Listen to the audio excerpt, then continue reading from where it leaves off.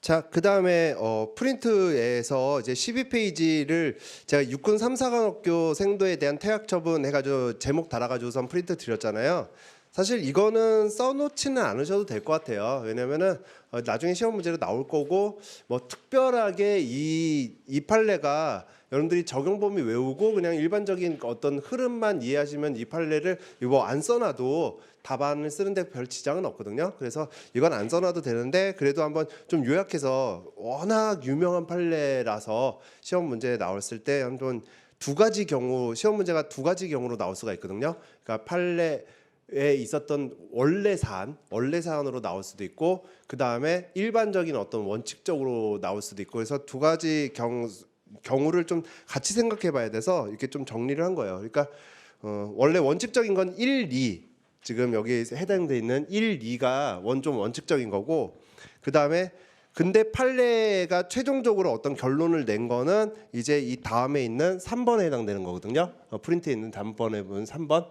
자, 그래서 두 가지를 한번 같이 생각해 보자고 넣은 거예요. 이거가 정리가 되면 아마 적용 범위는 좀 어느 정도 이해가 될 것 같아서. 그래서 프린트에 쓸 거 12페이지 쓰지는 않으셔도 되고 그 다음에 그 12페이지 밑에다가 쓸 거는 공정거래위원회 시정조치 및 과징금 납부 명령 이 부분 있죠. 이거는 좀 써놓으시면 좋을 것 같아요. 이거는 너무 어려워하세요. 제가 설명을 못하는 건지 정말 너무 어려워하시거든요. 근데 사실 어려운 판례이기도 하고요. 근데 행정법 전체를 통틀어서 뭐 판례 몇 선 이렇게 뽑을 때에도 이 공정거래위원회 시정조치 및 과징금 납부 명령은 항상 들어가는 판례여가지고서 시험에 출제가 될 수는 있을 것 같아요. 출제되면 굉장히 어려울 거예요 아마. 자, 일단 육군 3, 4관학교 뭐 퇴학 처분 볼게요. 뭐 판례 기본서 판례로 26페이지예요. 26페이지 맨 밑에 있는 판례 있죠. 퇴교 처분 취소 한번 쭉 한번 읽어보실 필요는 있을 것 같아요. 읽어보실 필요는 있는데 제가 수업 중에 읽진 않고 한번 얘기를 해볼게요. 일단 퇴학 처분이에요. 퇴학 처분. 그럼 중간쯤에 이렇게 퇴학 처분. 자, 이거 당연히 항상 처분을 볼 때는 여러분들이 불이익한 처분이지, 그러니까 침익적인 처분이지. 침익적이다라는 거는 보통 우리들이 많이 쓰는 용어고 법조문이나 아니면 판례는 불이익하다 이렇게 얘기를 하니까 자, 불이익한 처분인지 아닌지 한번 생각을 해보실 거예요. 근데 이게 불이익한 처분에 해당되는 걸 외워야 되나?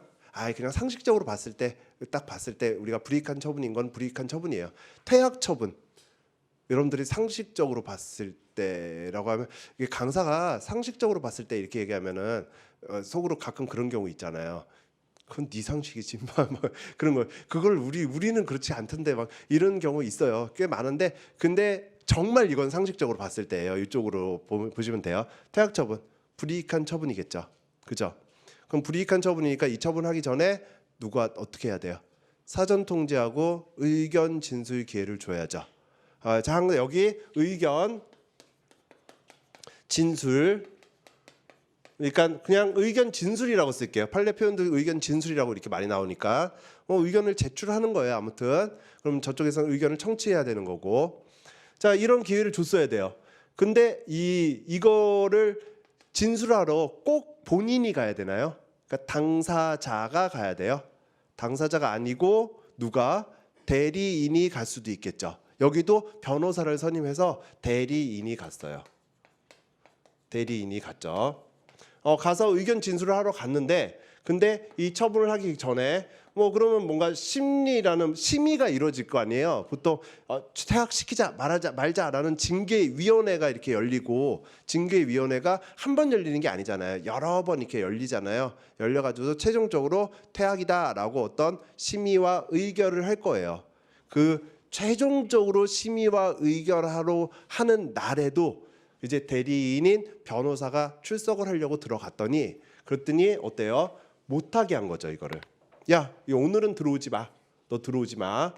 그리고 난 다음에 퇴학 처분이 딱 나온 거예요. 그러면은 뭘 주장할 수 있을까요? 변호사 대리인이 갔는데 대리인은 당사자와 동일하게 절차에 관한 모든 행위를 할 수 있는데 그러니까 의견 진술을 할 수 있는데 근데 못 들어오게 했으니까 의견 진술 기회를 주지 않은 거니까 절차적 하자가 있는 거다라는 걸 주장했겠죠. 여기까지 이해되세요? 자, 이건 불이익한 처분이에요. 그러니까 당사자가 의견 진술을 할 수 있어야겠죠. 당사자와 동급으로 모든 행위를 할 수 있는 변호사가 갔는데 못 들어오게 했어요. 그러면 뭐가 발생한 거예요? 절차적 하자가 발생했다라고 저는 이제 소송을 제기한 거예요. 그럼 항상 행정청하고 우리를 생각하는 거예요. 행정청은 뭘 주장했을까요? 행정청은 이거 공무원 인사관계 규정이다. 육군 3사관학교 생도 여기도 뭐 공무원이니까 인사관계 규정이다. 따라서 행정절차법 적용이 되지 않는다라고 주장을 했겠죠. 행정절차법 적용이 되지 않는다 무슨 말이에요? 사전통지나 의견 청취 절차를 거치지 않아도 된다라고 주장을 했을 거예요. 그랬더니 판례가 거기에 해당된다고 한다면 배제사항에 해당된다고 한다면 무조건 적용을 배제시켰어요. 어떻게 했죠? 성질상 현저히 곤란하거나 이에 준하는 절차를 거쳤을 때에 한하여 우리가 적용을 배제한다고 했어요. 그러면 이제 생각을 해볼게요. 자, 의견 진술 안 하는 거. 성질상 현저히 곤란하거나 아니면은 불필요했다.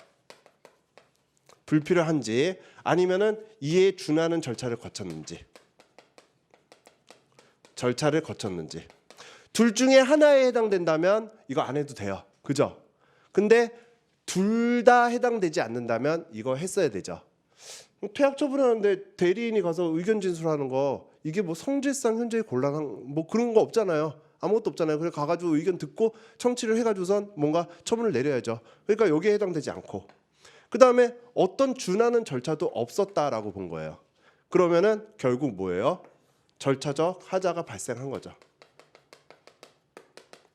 하자가 발생한 거니까 독자적인 위법성을 인정해서 취소해야 돼요. 그죠? 여기까지가 원칙이에요. 한번 읽어볼까요? 육군 3사관학원 생도에 대한 퇴학 처분. 대리인으로 선임한 변호사.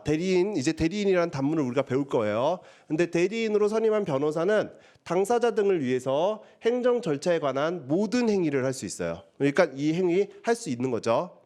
그 다음에 지금 이 퇴학 처분이라는 거는 공무원 인사관계 법령에 해당돼요. 하지만 성질상 절차를 거치기 곤란하거나 불필요한 경우에 해당되지도 않고 그 다음에 행정 절차에 준하는 절차를 거친 것도 아니에요. 따라서 뭐예요? 행정절차법이 적용돼야 되죠. 그죠? 적용돼야 되니까 의견 제출 기회를 주지 않은 거, 대리인이 출석하려고 했는데 출석을 못하게 한 거, 그거는 뭐에 해당돼요? 절차상 하자에 해당돼요. 되셨나요? 그러니까 이 징계처분은 위법하죠. 위법하고 위법성의 정도에 따라서 뭐로요? 취소되어야 해요. 자, 근데 여기까지가 됐죠. 이렇게만 문제가 나올 수도 있어요. 보통은 근데 이걸로 낸 사례를 제가 뒤져봤더니 뭐 국가 시험에서 낸 사례는 아직까지 없었던 것 같고, 근데 객관식 지문이나 뭐 이런 거는 많이 나왔는데 그냥 여기까지만 보통 다루고 있는 경우가 좀 많아요. 그래서 이렇게 문제가 나올 수도 있죠. 그리고 문제 구성이 이게 깔끔하니까. 그런데 이제 구구절절이 사례 문제니까 막 뭐가 쓰여져 있을 거예요. 그냥 간단하게 딱 못 들어오겠어 이렇게만 써져 있으면 이게 정답이에요. 지금 이해되셨죠? 근데 구구절절이 뭐가 써져 있냐면, 자, 퇴학 처분을 하기 위해서 제가 뭐라고 했어요? 이런 위원회가 한 번 열리는 게 아니잖아요. 그죠? 그러니까 이 전에도 열렸었고 이 전에도 열렸었고 이 전에도 계속 열렸었겠죠. 그러면 여기에서 출석했어요. 여기도 또 출석했어요. 다 출석해서 의견 진술 다 했어요. 다 했는데 마지막 이제 자기들끼리 그냥 모여가지고선 그거 좀 정리해서 위원들끼리 뭔가 최종적으로 우리가 심의해보자, 한번 결정해보자, 거기까지 그냥 부득이 막 들어가려고 막 그냥 때를 쓰는 거예요. 그러니까 너 다 끝났다 이제 들어오지 말아라라고 막은 거예요. 원래 사안은 막은 거예요. 그러니까 이제 판례가, 자, 여기까지가 이제 원칙인데 3번으로 넘어가면 최종적인 결론은 이렇게 얘기한 거죠. 자, 다만 징계 심의 대상자의 대리인이 관련된 행정 절차에서, 앞에 있었던 심의 절차가 다 모든 관련된 절차잖아요. 그죠? 별개의 절차가 아니죠. 관련된 절차에서 이미 실질적인 뭐예요? 의견 진술 기회를 거쳤다고 볼 수 있는 특별한 사정. 이 사정이 사례 문제이기 때문에 아마 위에 주어질 거라고요. 그런 거 주어진다면은 이런 사정에 해당되고, 아무 말 없다고 그냥 한 번 그냥 못 들어오겠다 이렇게 있다면은 원칙대로 아까까지로 끝나면 되고요. 그래서 특별한 사정이 있는 경우에는, 그런 데는 뭐예요? 절차의 본질적 취지에 비추어 볼 때 절차적 여부는 처분에 이르기까지 전체적인 과정을 종합적으로 고려하여 판단하여야 한다. 따라서 종합적으로 절차에 이르는 과정을 종합적으로 고려했더니 의견 진술 기회를 준 거예요, 안 준 거예요? 줬죠. 줬으니까 징계 처분은 적법하다 이렇게 나온 거예요. 그러면 여러분들이 또 이 문구를 지금 앞에서 막 여러 번 참석했으니까 줬잖아요. 이거는 문구 쓰는 게 별로 어렵지는 않아요. 어렵진 않은데 판례의 표현대로 좀 예쁘게 쓰면 이런 문구가 되거든요. 이런 문구를 미리 정리해 놔야죠. 그게 뭐예요? 지금 첫 번째 프린트에 뭐예요? 맨 마지막이죠. 맨 마지막 사안 해결의 맨 마지막 판례 문구. 절차의 본질적 취지에 비추어 볼 때 절차상 하자 여부는 처분이 이르기까지의 전체적인 과정 등을 종합적으로 고려해서 판단해야 한다. 요게 되게 많이 쓰여요. 사실 이유 제시는 대부분 요게 많이 쓰여요. 근데 이렇게 의견 진술에도 쓰인 적이 있거든요. 자, 이 문구 제가 만든 게 아니라 판례가 만든 문구고, 여러 가지 이제 사안에 해결할 때 써야 될 거니까 기억해 놓으시면 좋을 거예요. 처분에 이르기까지의 전체적인 과정을 종합적으로 고려해서 판단한다. 자, 이러면 종합적으로 고려해서 판단한다. 절차적 하자가 없다라는 어떤 근거를 쓸 때 많이 쓰이겠죠. 그죠? 자, 육군 3사관학교 시험 문제로도 제가 낼 거지만은 이해되셨나요? 두 가지 경우를 나누셔야 돼요. 그냥 심의에 여러 번 열렸다는 그런 말이 없이 그냥 못 들어오게, 대리인 변호사 못 들어오게 했어요. 그거는 어떻게 돼요? 준하는 절차를 거친 것도 아니고 성질상 현저히 곤란하거나 불필요한 경우도 아니었기 때문에 절차적 하자가 있다. 근데 시험 문제가 여러 번 심의회가 열려서 변호인이 그때 참석을 해서 의견 진술을 했고, 지금 문제가 되는 요때만 못 들어오게 했어요. 그럼 어떻게 한다고요? 처분에 이르기까지의 전체적인 상황을 고려해서, 종합적으로 고려해서 우리가 그 제도의 본질적 취지상 의견 진술을 다 줬으니까, 그러니까 절차적 하자가 없다. 이렇게 결론을 내시면 돼요. 이 부분은 12페이지에 쓰지는 않으셔도 되고, 집에 그냥 여러 번 읽어가지고선 여러분들이 이해하시면은 나중에 될 거예요. 자, 공정거래위원회. 제가 수업을 할 때마다 공정거래위원회는 질문을 너무 많이 받는 것 같아요. 제가 수업을 좀 잘 못하는 것 같기도 하고, 근데 이 판례 자체가 좀 많이 어려운 것 같기도 하고. 일단 이 네 가지를 다 외우셔야 돼요. 이 네 가지. 공정거래위원회 시정조치 및 과징금 납부 명령에서 중요한 판례에서 외워야 될 거는 하나, 둘, 셋, 넷에서 정리한 거, 요 네 가지를 다 외우셔야 돼요. 자, 이 판례는 27페이지 이제 중간부터 나와 있는 판례죠. 시정 명령 등 취소 이렇게 돼 있는 판례. 판례 한번 꼭 집에 가서 꼼꼼하게 읽어보셔요. 요번 수단까지만, 오늘 아니 복습을 오늘 할 것이면 오늘, 아니면 아무튼 다음 주까지 한 번, 두 번 이렇게 꼼꼼하게 읽어보세요. 읽어보시고 이해가 안 되시면 또 다음 주에 저한테 질문하시고, 이게 계속 이게 저랑 얘기를 하면서 나중에 이해를 하셔야 될 것 같아요. 일단은 배경은 그래요. 단합을 한 거죠. 독과점 단합했다라고 해서 공정거래위원회가 이제 과징금 납부를 하게 돼요. 이제 근데 단합을 했다라는 거, 자, 과징금 납부를 하면 과징금 내라고 한다면, 이 처분이 나온다면 처분을 할 때 뭔가 사유가 있어야 되잖아요. 그죠? 얘네들은 운송비라든지, 야, 운송비는 우리가 안 내고 소비자가 내는 걸로 하자, 뭐라든지, 아니면은 야, 시장 비율, 시장 점유율은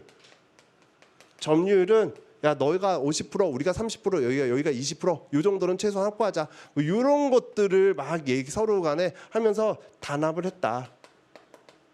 단합을 했으니까, 그러니까 이거를 바탕으로 처분을 하게 된 거죠. 자, 이게 뭐라고요? 다시 과징금, 이건 처분이에요. 이런 것들을 뭐라고 해요? 처분 사유라고 하죠. 자, 이 과징금 처분하는 당연히 불복수단을 제기했겠죠. 불복을 하라라고 했으니까 이제 이의 신청을 하게 돼요. 자, 이의 신청을 하고 그리고 난 다음에 소송으로 갔겠죠. 근데 이의 신청 단계에서 뭐가 됐냐면은 시 운송비나 시장 점유율 단합 이거 말고 이제 가격 단합, 이제 시장 가격에 대한 단합을 추가로 처분 사유를 추가한 거예요. 그래서 사유를 추가하죠. 추가하는데 그때 이제 뭐 시장 가격에 대한 사유를 추가하게 돼요. 뭐 이런 걸 외울 필요는 없어요, 지금. 자, 사안만 다시 한번 볼게요. 요거를 A, B, A와 B라는 사유로 처분이 나왔어요. 그죠? 나왔으니까 거기에 대해서 불복을 하니까 이제 이의 신청을 해서 이의 신청 열렸을 거 아니에요. 이의 신청에 대해서 판단을 하는데 그 과정에서 공정거래위원회가 시장 가격에 대한 어떤 사유를 추가했어요. 사유가 C라는 사유를 추가했어요. 되셨죠? 자, 그러면 이 과징금 처분을 할 때는 과징금 처분도 불이익한 처분이니까 뭐 어떤 절차를 거쳤어야 될까요? 불이익한 처분이니까 사전 통지하고 의견 제출 절차를 거쳐야겠죠. 그죠?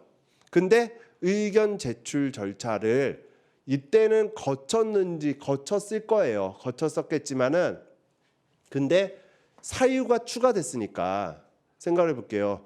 요거에 대해서는 의견 제출을 할 기회가 없었잖아요. 요거에 대해서는. 다시요. 자, 의견 제출 기회를 줬는데 이 처분 전체적인 거에 대해서는 처분에 대해서는 의견 제출을 했죠. 근데 그 의견 제출할 때 사유 A와 B에 대한 의견을 얘기했을 거 아니에요. 우리 입장에서는 몰랐으니까. 이의 신청하면서 C라는 사유가 추가되니까 이 이의 신청 절차에서 C라는 사유에 대해서는 처분 전에 의견 제출을 못했겠죠. 그죠? 자, 여기까지 이해되셨어요? 사실관계가? 그러면 자, 이걸 지우고 생각을 해볼게요. 자, 행정청, 그다음에 일단 국민 주장을 한번 생각을 해볼게요. 공정거래위원회는 여러분들이 외워두셔야 되는데 그 적용 배제 사항에 해당돼요. 그건 시행령에 있거든요. 그러니까 그건 좀 외워두셔야 돼요. 아까 5개 기관으로 제가 법원, 헌재, 뭐 선관위, 감사원, 그 다음에 또 뭐 있었나요? 국회, 뭐 이거 말고도 공정거래위원회 심의 의결도 있다라고 여러분들 외워두세요. 그러니까 행정절차법은 행정청은 뭐라고 얘기했냐면, 자, 거래법에 의견 진술 절차가 있어요. 그리고 여기 행정절차법에는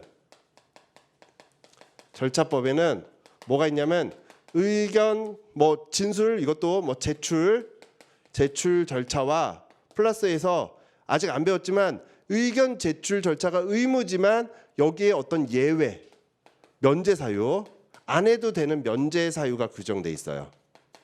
자, 이게 규정되어 있어요. 그죠? 그러니까 이제 국민 입장에서는 이걸 얘기한 거죠. 행정절차법상 의견 제출 기회가 없었다. 뭐에 대해서? 아까 C라는 추가한 사유에 대해서 없었다. 이걸 얘기한 거예요. 인정을 했어요. 인정을 했거든요. 자, 인정을 했다는 얘기는 그럼 무슨 말이에요? 두 번째, 불이익한 처분할 때 의견 제출 기회는 처분에 대해서만 주면 돼요? 아니면 처분 사유별로 줘야 돼요? 처분 사유별로 부여를 해야 된다. 이해되셨어요? 처분 사유별로 부여해야 된다. 근데 C라는 사유에 대해서는 의견 진술 기회를 주지 않았으니까 절차적 하자를 이제 주장을 한 거죠, 여기서. 그러니까 이제 행정청은 뭐라고 얘기했을까요? 공정거래위원회는 자, 시행령의 적용 배제 사항에 해당된다. 행정절차법 적용이 되지 않는다라는 걸 주장한 거예요. 자,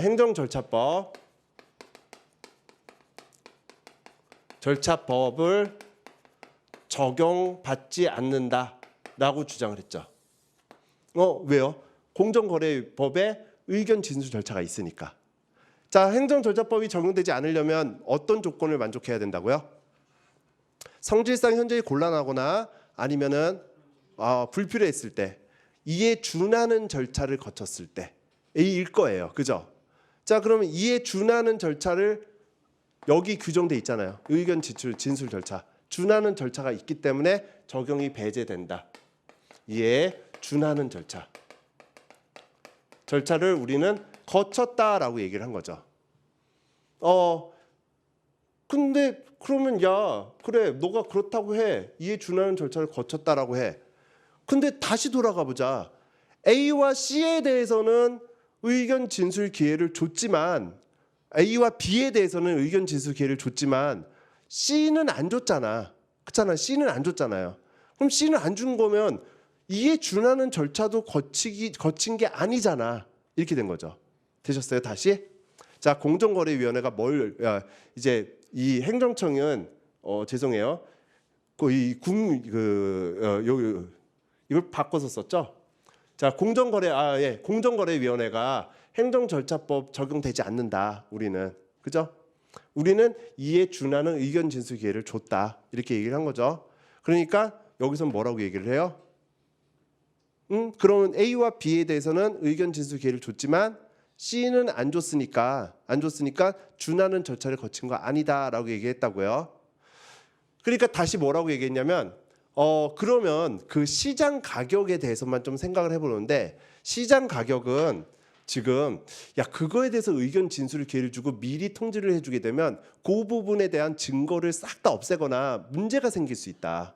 그러니까 이 예외 사유인 의견 제출 기회를 줘야 되는 어떤 예외 사유에 해당된다. 사유에 해당된다라는 걸 다시 공정거래위원회가 주장을 한 거예요. 뭐가 지금 문제가 돼요? 공정거래위원회는 첫 번째 주장이 뭐였어요? 행정절차법을 적용할 수 없는 우리는 적용받지 않는다. 이게 문장이에요. 이게 그 공정거래위원회의 주장이었죠. 근데 두 번째 주장은 다시 뭐예요? 행정절차법상의 예외 사유에 해당된다라고 주장을 한 거죠. 이게 가능해요? 행정절차법을 적용받지 않는다는 거는 행정절차법에 해당되는 모든 거에 대한 적용을 받지 않는다는 얘기잖아요. 그러면은 예외 사유도 적용을 받아야 돼요? 받지 않아야 돼요? 예외 사유를 주장할 수도 없어요. 그러니까 자기한테 유리한 거는 나 적용 안 받아. 자기한테 불리한 거는 나 적용하지 안 받아. 라고 해놓고 자기한테 유리한 거는 또 적용을 받아 라고 주장을 하면 안 된다는 거죠. 그래서 여기서도 이거는 너는 적용 배제 사항이니까 예외 사유 역시 적용을 할 수가 없어. 따라서 절차적 하자가 있어. 이렇게 얘기를 한 거예요.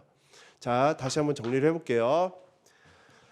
공정거래위원회는 행정절차법이 적용되는 곳이에요? 적용되지 않는 곳이에요? 행정절차법이 적용되지 않아요. 그러니까 공정거래위원회의 의결 결정을 거쳐서 행하는 사항은 행정절차법 적용이 뭐라고요? 제외된다. 그 다음에 불이익한 처분 시 의견 제출 기회는 처분 사유별로 주어야 한다. 되셨죠? 세 번째, 시정조치 및 과징금 납부 명령에 행정절차법상 생략 사유가 존재한다고 하더라도 공정거래위원회가 그 생략 사유의 존재를 주장하면서 의견 청취 절차를 생략할 수는 없어요. 왜 없다고요? 지네는 행정절차법을 적용받지 않는 곳이기 때문에 행정절차법상의 예외 사유도 적용할 수가 없는 거죠. 되셨죠? 자, 그럼 네 번째. 근데 아까 썼지만은 이의신청 단계에서 제가 처분 사유 C라는 처분 사유를 추가했다고 했죠. 그러면 이의신청 단계에서도 서로 간에 사유를 추가하면 저도 답변서를 보낼 테고 서로 왔다 갔다 공격과 방어가 이루어지고 있었을 거예요. 그죠? 그러면 그 추가한 C라는 사유에 대해서 의견 진술 기회를 주게 됐네요. 주게 되면은 치유가 될 수 있는지를 생각해 볼 수 있겠죠. 그죠? 치유가. 자, 치유가 될 수 없다라고 했어요. 왜요?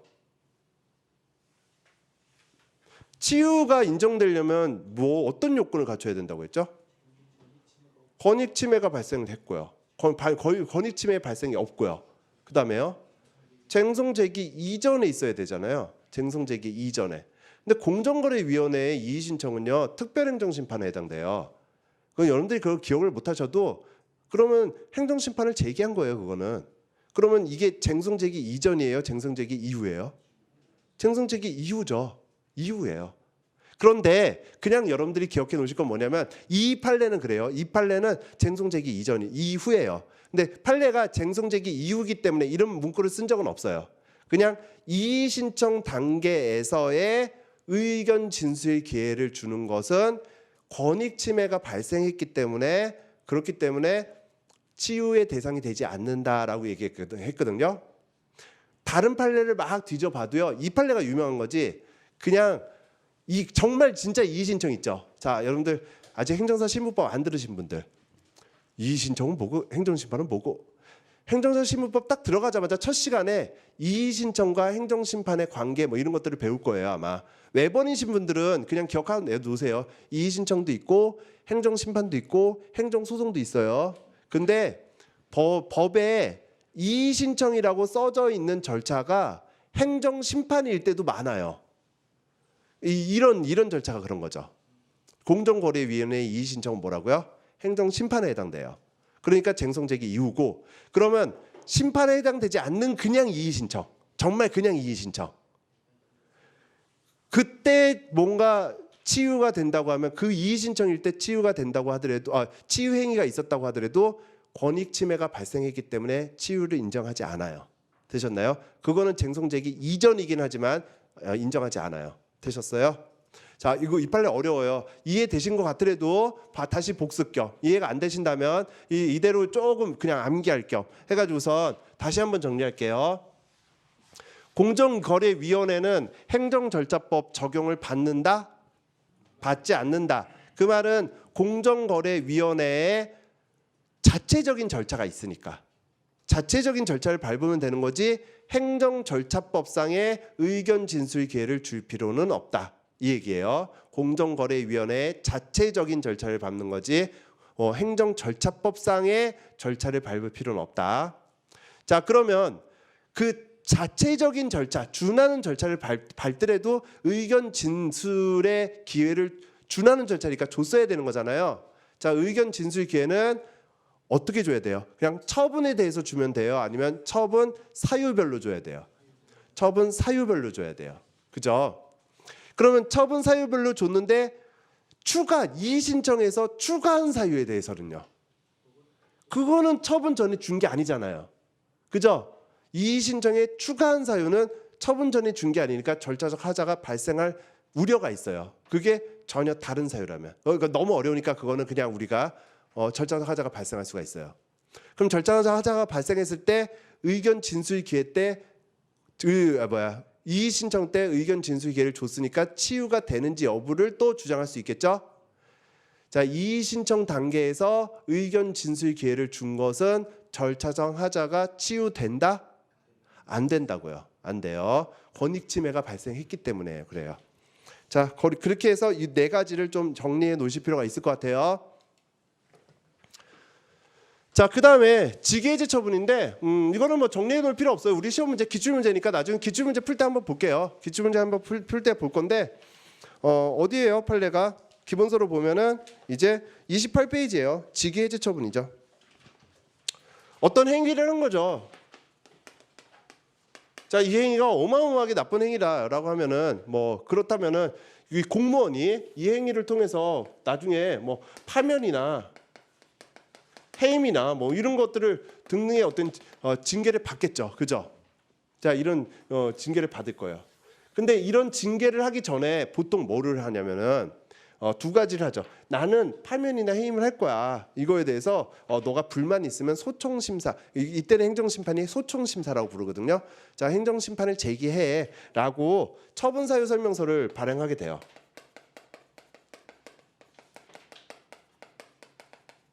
처분사유 설명서를 발행해서 그리고 난 다음에 이거에 대해서 나는 이런 처분이 있겠구나, 이 처분은 이런 이유구나 라는 걸 알고 그걸 갖고 소청심사를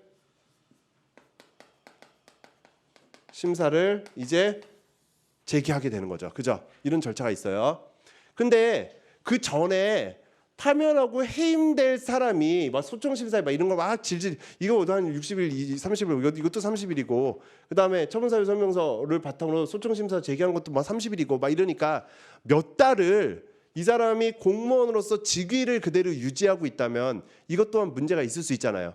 그죠? 물론 이 사람이 이런 소청 심사를 통해서 아무런 죄가 없다라고 결정이 날 수도 있고, 아니면 진짜 나쁜 사람이었다 결정이 날 수도 있고, 어떻게 날지는 모르겠지만 아무튼 이 사람에 대해서 공무원 직위를 유지하게 놔두는 거, 그건 좀 문제가 있죠. 그러니까 이런 절차 하면서 행위가 발견돼 가지고서 이런 걸 할 때는 이 사람을 직위 해제를 시키게 돼요. 일단은 자, 나중에 너가 뭐 심사를 통해서 죄가 없었다고 발견되면은 뭐 그때는 다시 직위를 돌아가면 되긴 하지만, 뭐 파면이나 이런 건 아니더라도 단순하게 좀 그 일은 좀 하지 말고 있어라라는 직위 해제 처분을 하게 되거든요. 자, 직위 해제는 징계 처분은 아니에요. 어떤 제재 처분은 될 수가 있겠지만 징계는 아니에요. 이거는 이런 파면이나 해임을 하기 전에 일시적으로 그냥 직위만 그냥 뭐 일만 하지 않고 그냥 있어라라는 어떤 잠정적인 처분이라고 해요. 잠정적인 처분. 그다음에 이 잠정적인 처분을 이후 때도 처분사유서를 발부하고 소청심사를 통해서, 소청심사에서는 의견 진술을 무조건 하게끔 돼 있거든요. 뭐 이런 소청심사를 거쳐서 그다음에 최종적인 결정이 나오고, 그 결정이 나오면 직위해제 처분은 이제 없어지겠죠. 그죠? 자, 그러면 볼게요. 직위해제 처분을 하면서, 직위해제 아무튼 불이익하잖아요, 이거.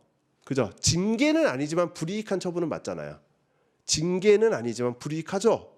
그러니까 사전 통지와 의견 제출 기회를 주지 않았다라고 문제를 삼은 거예요. 그럼 사전 통지와 의견 진술 기회를 주지 않았다. 자, 그러면은 이게 어디로 갔을까요? 공무원은, 이제 행정청은 이거 공무원 인사관계 법령이다. 그러니까 행정절차법상의 사전 통지와 의견 제출 기회를 주지 않아도 된다라고 주장을 했겠죠. 그럼 그걸 또 그게 정말 행정절차법이 적용되지 않는지를 살펴보려면 우리가 판례의 문구에 따라서 뭐 성질상 현저히 곤란, 뭐 불필요하거나 아니면요 이에 준하는 절차를 거쳤을 때에 한해서 적용을 안 시켜야 돼요. 근데 직위해제 처분과 동시에 이런 것들이 진행되고 있어요. 그러니까 사유가 설명이 되고 설명서가 날아가고 그다음에 소청 시절 때 의견 진술하고 그다음에 최종적인 처분이 나오거든요. 그러니까 이에 준하는 절차가 어느 정도는 마련되어 있는 거죠, 지금. 그다음 두 번째, 성질상도 그래요. 이거는 잠정적인 처분이라고요. 판례가 그렇게 얘기를 했어요. 가처분적이다, 잠정적인 처분이다. 종국적인 최종적인 처분이 아니기 때문에 뭐 굳이 이런 거, 이 처분, 최종적인 처분에 어떤 절차가 필요한 거지 이 처분에는 뭐 그렇게 절차가 필요한 건 아니다. 이렇게 얘기를 했어요. 자, 그래서 준하는 절차도 있고 그 다음에 반드시 필요한 것도 아니고, 이거는 최종적인 처분이 아닌 잠정적인 처분이니까. 그러니까 의견 사전 통지와 의견 진술 기회를 주지 않은 거 절차상 하자가 없다라고 얘기를 한 거죠. 자, 이게 우리 시험 문제였어요. 그게 10점짜리인가? 뭐 하여튼 그랬어요. 20점짜리인가? 그다음에 분설령이니까 그다음 문제는 뭐였냐면, 그다음에 그럼 최종적인 이 처분을 함에 있어서 처분 사유 설명서를 발부하지 않은 거죠. 그러니까 요게 분설령 1번 문제, 요게 분설령 2번 문제. 자, 이건 어떻게 됐을까요? 역시 마찬가지예요. 이것도 또 3조 2항이에요. 그죠? 행정절차법 적용 배제사항, 공무원 인사관계 법령에 해당돼요. 또 들어가 볼까요? 그러면 공무원 인사관계 법령에 해당된다면 준하는 절차를 거치거나 성질상 현저히 곤란해야 되는 거잖아요. 얘는 이런 준하는 절차가 있다 없다가 문제 없으니까 이게 별도로 있으니까 상관이 없다. 그다음 얘는 잠정적인 처분이니까 뭐 상관이 없다라고 판례가 나왔는데, 정말 이 종국적인 처분을 할 때 준하는 절차를 생략해 버리고 그랬다면은 이거는 절차적 하자가 있는 거죠. 그렇잖아요. 공무원 인사관계 법령인데 준하는 절차를 거쳐야 되는데 준하는 절차를 거치지 않았잖아요. 그다음에 이거는 종국적인 최종적인 처분이니까 뭔가 성질상 불필요한 것도 아니잖아요. 그러니까 이때는 절차적 하자가 있다라고 얘기를 한 거예요. 되셨나요? 다시 직위해제 처분은 어떻다고요? 직위해제 처분은 잠정적인 처분이에요. 그러니까 사전 통지나 의견 제출 기회를 줄 필요 없어요. 근데 파면 처분, 뭐 해임 처분, 막 이런 거를 하면서 최종적인 처분을 하면서 처분 사유 설명서를 부과하지 않은 거, 이건 어떻게 돼요? 처분 사유 설명서 자체가 준하는 절차라서 그래서 절차법이 적용되지 않는 건데 그 준하는 절차를 거치지 않았다면 절차상 하자가 발생하는 거죠. 그죠? 자, 그거는 이제 기출 문제니까 지금 저랑 한번 보고 다시 기출 문제 한번 풀면서 끝낼게요. 그 다음에 29페이지 옆으로 가셔서 29페이지 옆으로 가셔서 사증 발급 거부 처분 취소 이렇게 돼 있어요. 이것도 그냥 저랑 들으시면 돼요. 한번 들으시면 돼요. 필기하실 필요 없어요. 자, 이거는 뭐 제가 여기다 안 해놨을 거예요. 필기하실 필요 없고 너무 유명한 판례예요. 시험에 나온다면 나올 수 있겠죠. 나올 수 있는데 특별하게 여러분들이 뭐 가필을 하고 뭐 필기를 안 해놔도 문제를 다 풀 수 있는 부분이라서 유승준 판례니까 너무 유명할 거예요. 자, 유승준이라는 사람이 이름까지 뭐 쓸 필요 없죠. A라는 어떤 사람이 이제 우리 동포니까 동포 비자인 F사를 비자 신청을 하죠. 그거를 이제 해외에 있는 우리나라 영사관에다 신청을 한 거예요. 영사관에다가 신청을 했는데 영사관에서 판단을 했을 때는 이런 거 비자를 주고 안 주고 이런 거는 이게 외교부에서 판단하는 게 아니라 법무부에서 출입국 관리처 외국인청이 법무부 소속이니까 법무부에서 판단을 하고 우리나라에 못 들어올 사람들은 이제 이 사람들은 비자를 주지 마세요. 그래서 입국 규제, 뭐 출국 규제, 뭐 입국 규제는 들어오지 말고 나가지 말고 뭐 이런 거 규제 조치를 해놔요. 그러니까 전산 시스템에 입국 규제가 돼 있으니까 그러니까 당연히 이 사람한테 비자를 안 줬죠. 비자 발급을 거부했다라고 쓰기는 좀 애매해요. 왜냐하면 이게 지금 아무런 연락을 안 취한 걸로 지금 문제가 된 거거든요. 안 취한 걸로 문제가 됐는데 이 논점이 굉장히 많아요. 근데 이제 외교부 영사관에서 뭐라고 얘기했냐면 아니다. 우리는 그거를 말로 했다라고 했어요. 말로 했다. 자, 비자 발급을 거부한다라고 이거 너는 입국 규제에 해당되니까 거부한다라고 말로 했다라고 한 거죠. 자, 그래서 구두로 비자 발급을 구두로 거부한 거죠. 그러면 무슨 문제가 발생을 해요? 자, 비자 발급을 거부했다. 거부 처분이죠.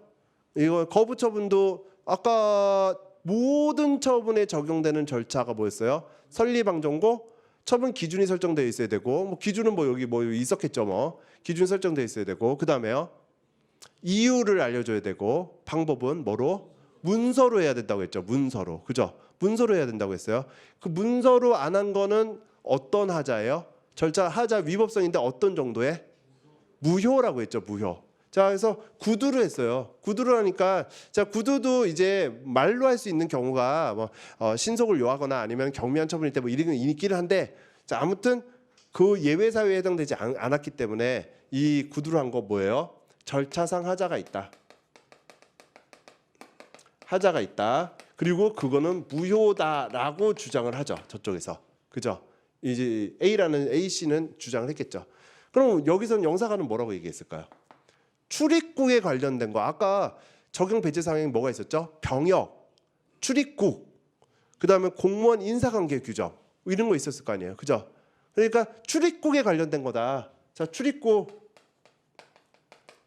그거는 적용 어떻게 돼요? 우리는 행정절차법에 적용을 받지 않는다. 따라서 행정절차법에 문서로 하라고 써져 있던 거 이거 적용받지 않는다.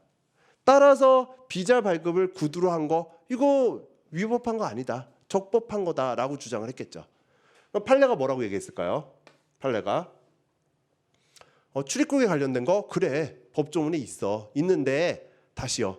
성질상 현저히 곤란하거나 불필요하거나 아니면 이에 준하는 절차를 거쳤을 때 한해서 적용이 배제되는 거잖아. 이게 뭐 비자 발급에 대해서 서면으로 발급하는 게 뭐 이렇게 성질상 불필요하고 곤란해. 그다음에 이게 뭐 준하는 절차가 어딨어? 없잖아. 그러니까 어때요? 출입국이라고 하더라도 행정절차법상 적용을 받아서 하자가 있고 이 사유는 무효에 해당된다라고 한 거예요. 다른 쪽에 행정법 전체로 따지면은 굉장히 어려운 것들이 많아요. 그런데 우리 절차에서만 따진다면 두 가지만 챙기시면 돼요. 자, 말로 한 거 어떻게 된다고요? 절차상 하자가 무효라고요. 무효. 그죠? 절차상 하자가 있어요. 그다음에 행정절차법 적용, 출입국에 관련된 사항인데 행정절차법 적용이 된다 안 된다? 법에는 안 된다고 돼 있지만은 그거 제한적으로 해석한다고 했죠. 그죠? 성질상 현저히 곤란하거나 불필요한 경우가 아니고 준하는 절차를 거친 경우가 아니기 때문에 행정절차법 적용이 된다. 그러니까 이거 문서로 했어야 된다. 요 정도예요. 요 정도 판례가 29페이지 밑에 있는 판례죠. 자, 그러면 판례 볼 거는 다 본 것 같아요. 이제 이유 부기의 이유 제시에 해당되는 판례 몇 개만 좀 보면 될 것 같은데 그거는 넘어가고 13페이지로 갈게요. 13페이지. 자, 행정절차법 기본 원칙 이렇게 돼 있죠. 신의 성실 원칙이 있구나. 신의 쫓아서 성실하게 한다. 뭐 이렇게 보시면 되고요. 그 다음에 신뢰 보호. 문구를 정확하게 외울 건 여기죠. 이 신뢰 보호는 우리 시험에도 나왔어요. 그래서 정확하게 외워두셔야 돼요. 법령의 해석, 그 다음에 행정청의 어떤 관행, 그것이 일반적으로 받아들여져 있을 때예요. 이 관행이 일반적으로 받아들여졌다. 그럼 뭐 법적 국민들에게 어떤 법적 확신이 있다. 뭐 이런 얘기겠죠. 해석이나 관행이 일반적으로 받아들여져 있을 때, 자, 다 중요한 말이지만 공익 또는 제3자 정당한 이익을 현저히 해칠 우려가 있는 경우, 이런 경우는 제외하고는 이게 예외 사유죠. 제외하고는 새로운 해석이나 관행에 따라서 소급하여 과거로 거슬러 올라가서 그죠? 불리하게 처리해서는 아니 된다. 특히 이 뒤쪽을 많이 틀리세요. 쓸 때 소급해서 처리하면 안 된다. 유리하게 처리하는 건 괜찮아요. 그러니까 소급하여 불리하게 처리해서는 아니 된다. 소급하여 불리하게 처리해서는 아니 된다. 자, 해석, 관행이 일반적으로 이런 것들은 단어를 챙기셔야 돼요. 해석, 관행이 일반적으로 국민에게 받아들여져 있을 때는 공익 또는 제3자 정당한 이익을 해칠 우려가 있는 경우를 제외하고는 소급하여 불리하게 처리해서는 아니 된다. 이렇게 돼 있고 여기에 대해서 이제 판례가 요건을 신뢰보호 원칙의 어떤 요건을 제시하고 있죠. 그죠? 우리 절차론에서는 이 요건 정도만, 요건이 이런 거다 정도만 기억해 놓으시면 될 거예요. 그래서 핵심 요약 13페이지 맨 밑에 쬐끄맣게 넣어놨어요. 자, 일단 어떤 행정청의 공적 견해 표명이 있어야 돼요. 표명이 있어야 되고, 이 공적 견해 표명 이거를 선행행위다 이렇게 얘기를 하죠. 선행, 앞에 있었던 행위. 자, 그 공적 견해 표명을 내가 믿고 그러니까 신뢰죠. 신뢰인데 나 혼자 그냥 이상하게 혼자만의 생각으로 믿었던 게 아니라 누가 봐도 야, 이거는 그래, 그게 맞아, 이거는 견해 표명이 맞아, 그 말이 맞아 라고 생각할 수 있는 그런 신뢰. 그러니까 보호 가치 있는 신뢰죠. 객관적으로 봤을 때. 그 다음에 여기서 이제 좀 많이 나올 수 있는 거는 뭐냐면 제가 허위로, 그러니까 뭔가 조작을 한다거나 이런 견해 표명을 유도하게끔 제가 그렇게 서류를 제출해서 그래서 공적 견해 표명이 나왔다. 그러면 신뢰가 보호 가치 있는 신뢰일까요? 아니겠죠. 내가 조작한 내용으로 공적 견해 표명이 나왔으니까 보호 가치는 없겠죠. 그죠? 자, 그런 거. 그리고 이 신뢰를 했기 때문에 그 사인이, 일단 개인이란 얘기예요. 보통 사인 이렇게 많이 쓰는데 어떤 국민이, 사인이 행위를 하는 거죠. 자, 이 행위는 뭐예요? 신뢰를 했기 때문에 나오는 행위예요. 그러니까 신뢰와 인과관계가 있어야겠죠. 인과관계가 있는 그런 사인의 행위예요. 그런데 야, 너 이거 하면 안 돼. 이 행위가 위법하다, 이 행위가 잘못됐다라고 뭔가 처분이 나와버리는 거예요. 그러니까 이거와 다른 처분이 나오는 거죠. 그죠? 이걸 믿고 행동을 했더니 잘못했대요. 그러면 이거와 다른 거잖아요. 그러니까 선행행위와 다른 후행 처분. 그죠? 공적 견해 표명과 다른 후행 처분. 자, 여기에 반하는 선행행위에 반하는 후행 처분. 물론 이게 이제 여기서 중간에 나오지만 공익이나 아니면은 또 제3자의 어떤 3자의 정당한 이익이거나 이런 것들 때문에 어쩔 수 없는 경우는 뭐 그때는 신뢰를 보여줄 필요는 없겠죠. 그때는 신뢰와 공익 사이의 비교 형량을 보통 하겠죠. 공익이 더 큰지 아니면 개인의 사인의 신뢰가 더 큰지 비교 역량을 할 텐데 이런 예외, 자 이런 예외에 해당되지 않는다면은 그때는 그 사람을 소급해서 불리하게 처리해서는 안 된다라는 게 판례의 요건이에요. 신뢰보호 원칙의 요건. 우리가 시험 문제가 나왔었고 이 요건을 썼어야 됐었어요. 우리 절차론에서도. 그렇기 때문에 이 정도는 기출이 됐으니까 외워두셔야 돼요. 여기서 외우면 신문법에서도 외우고 똑같은 거잖아요. 신문법이나 여기나 똑같으니까 이렇게 똑같이 두 개 외우면 되죠. 어디서 지금 다룰지 모르니까.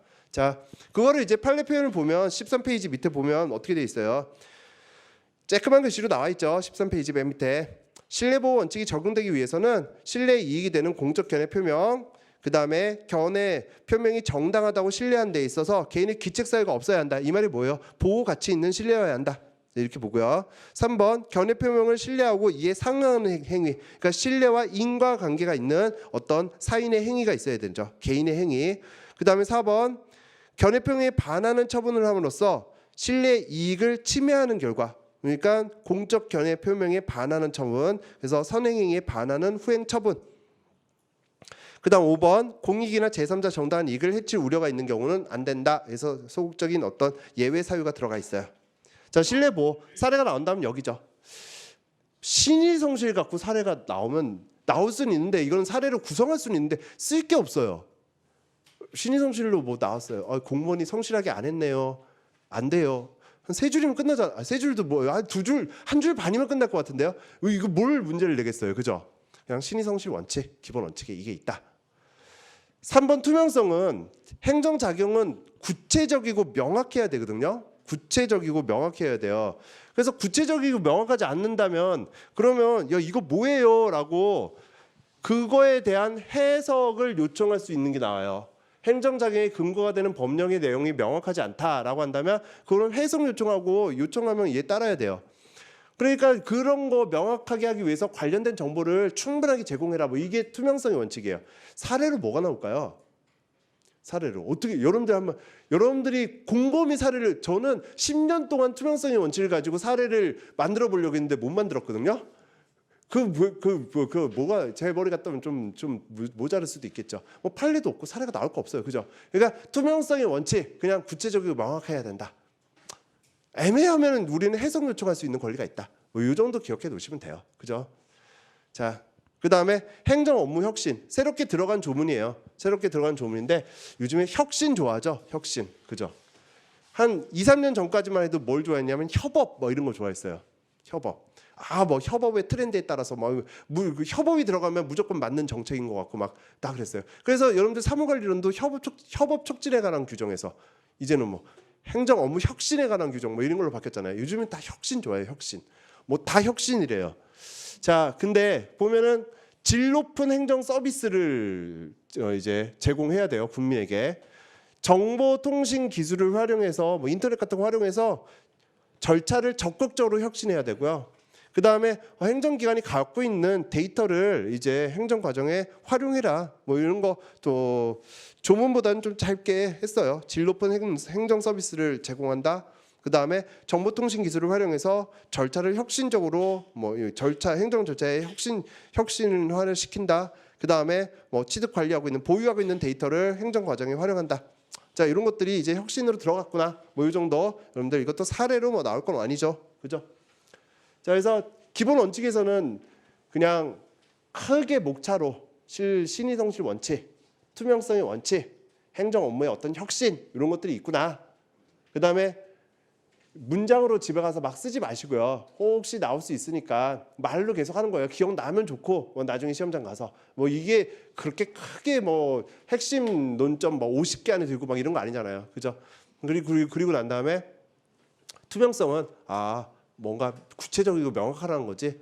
그러면 좀 애매해서 잘 모르겠으면 해석 요청할 수 있지. 뭐 그다음에 혁신은 뭐 자료도 혁신적으로 사용하고 절차도 혁신적으로 되고 그다음에 질 높은 서비스도 제공하고 뭐 이런 것들을 혁신이라고 하는구나. 뭐 이런 개념만 알아두시고 정확하게 외울 부분이 어디예요? 신뢰보호 원칙. 신뢰보호 원칙은 제가 문구를 뭐 조금씩 이게 그냥 처음부터 끝까지 문구를 그대로 외우셔야 돼요. 그대로. 이거는 시험에 나올 수 있는 부분이니까. 자, 관할과 협조부터는 좀 쉬었다가 또 들어가도록 하겠습니다.